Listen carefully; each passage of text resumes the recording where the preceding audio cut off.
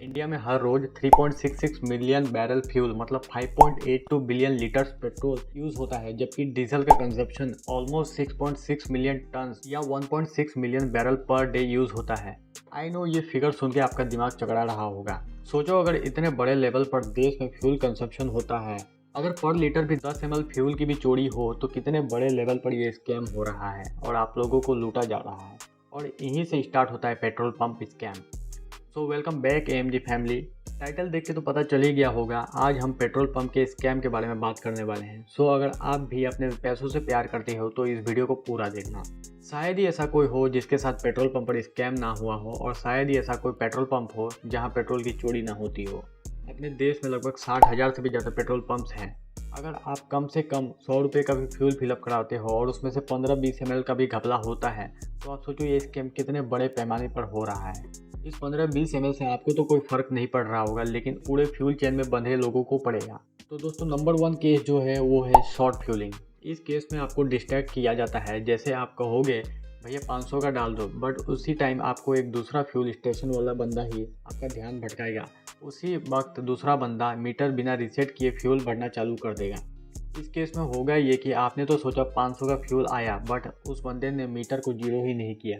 Mostly cases में 100 rupees का fuel amount से ही शुरू किया जाता है, जिससे आपको 400 का ही फ्यूल मिला, ना कि 500 का। मोटा मोटा आपके साथ 1 लीटर से भी ज़्यादा का स्कैम हो गया। इसलिए अगली बार जब भी फ्यूल स्टेशन में फ्यूल टॉप अप करवाने जाओ तब ध्यान से देखना अमाउंट जीरो से स्टार्ट हुआ है कि नहीं। दूसरा केस भी इसी केस से थोड़ा मिलता जुलता है। इस केस में भी आप कहोगे जरा 500 का फ्यूल देना, और इस बार आप मीटर भी चेक करोगे, मीटर की रीडिंग भी ज़ीरो होगी, लेकिन फ्यूल 100 का भरवाने के बाद वो बंदा बोलेगा हो गया। फिर आप कहोगे मैंने तो 500 का कहा था, बट आपने सिर्फ 100 का ही दिया। और तब वो बंदा इस तरह से एक्टिंग करेगा जैसे उसने 500 का नहीं बल्कि 100 का सुना, और फिर वो उसी रीडिंग से 400 का फ्यूल डाल देगा। अब आप कहोगे ठीक ही तो किया, पहले 100 का डाला फिर 400 का, टोटल 500 का हो गया। लेकिन इसी जगह पर आपके साथ स्कैम हो गया। कैसे, इस कैलकुलेशन को देखिए। पहले उस बंदे ने 100 का डाला, फिर उसी रीडिंग से और 400 का डाल दिया। तो एक्चुअल में फर्स्ट टाइम तो आपको 100 का ही फ्यूल मिला, बट सेकंड टाइम उसने 100 के ऊपर 400 का डाला, जबकि 100 का तो डल गया था ना, मतलब 400 minus 100 is equal to 300। First time जो 100 का डाला वो प्लस कर दीजिए, तो टोटल होता है 400। आई नो ये स्कैम आप में से किसी ना किसी के साथ में ज़रूर हुआ ही होगा। तो अगली बार जब भी आपके साथ इस तरह का केस हो, आप उस बंदे को मीटर रीसेट करके फ्यूल डलवाइएगा। और अगर वो ना माने तो आप एक कस्टमर है, आपके पास सारे कस्टमर राइट्स हैं। और जब वो मानने के बाद पूछे आपको ये कैसे पता चला, तो आप कह देना मैंने एएमजी आकाश शर्मा को सब्सक्राइब कर रखा है। Fraud number 3, filling the costly version of oil without your permission. ये स्पीड या पावर दोनों में से कोई एक हो सकता है। इसे आप टोटली फ्रॉड नहीं कह सकते, लेकिन ये एथिकल भी नहीं है। इस केस में आपसे बिना पूछे ही आपकी कार में हायर ऑक्टेन का फ्यूल डाल दिया जाता है, जो कि नॉर्मल फ्यूल के मुकाबले 10 से 15% का महंगा होता है। बीइंग ए सर्विस प्रोवाइडर, उसका हक बिल्कुल भी नहीं बनता है कि आपके परमिशन के बिना वो दूसरा कोई फ्यूल आपके कार में डाले। लेकिन लोग भी यही सोच के छोड़ देते हैं, क्या किसी के मुंह लगना, 10 से 15% का अपना सानी करवा लेते हैं और चल देते हैं। Fraud number 5, start stop trick to create an air lock.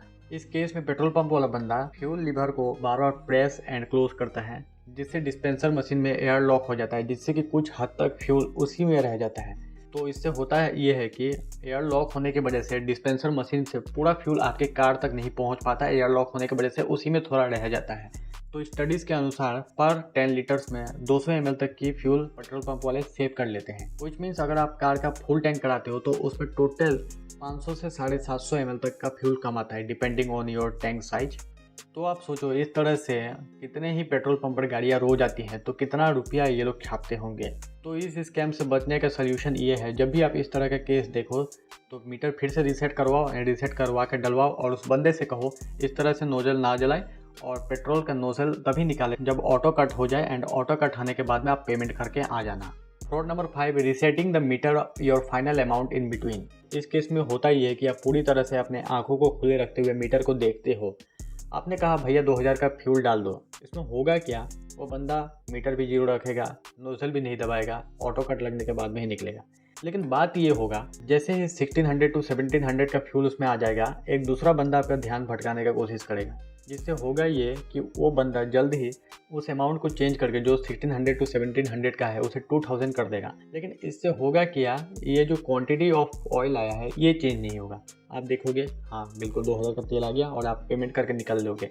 और हम में से ज़्यादातर लोगों की आदत ही यही है कि हम क्वांटिटी पर नज़र नहीं देते, अमाउंट पर नज़र देते हैं। तो अगर आप उस टाइम क्वांटिटी पर नज़र देते तो आपका इतना बड़ा स्कैम होने से बच जाता। मोटा मोटी 3 से 4 लीटर का आपका स्कैम हुआ तो आप मान सकते हो 300 से 400 का आपके पास स्कैम हो गया।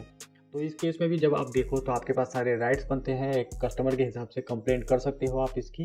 नंबर 7 फ्रॉड है round figure top up. Case में ये होता है कि मशीन के अंदर ऑलरेडी जो अमाउंट आप डालोगे वो अमाउंट सेट होगा, उसमें से आपको 20-30 ml कट के मिलेगा।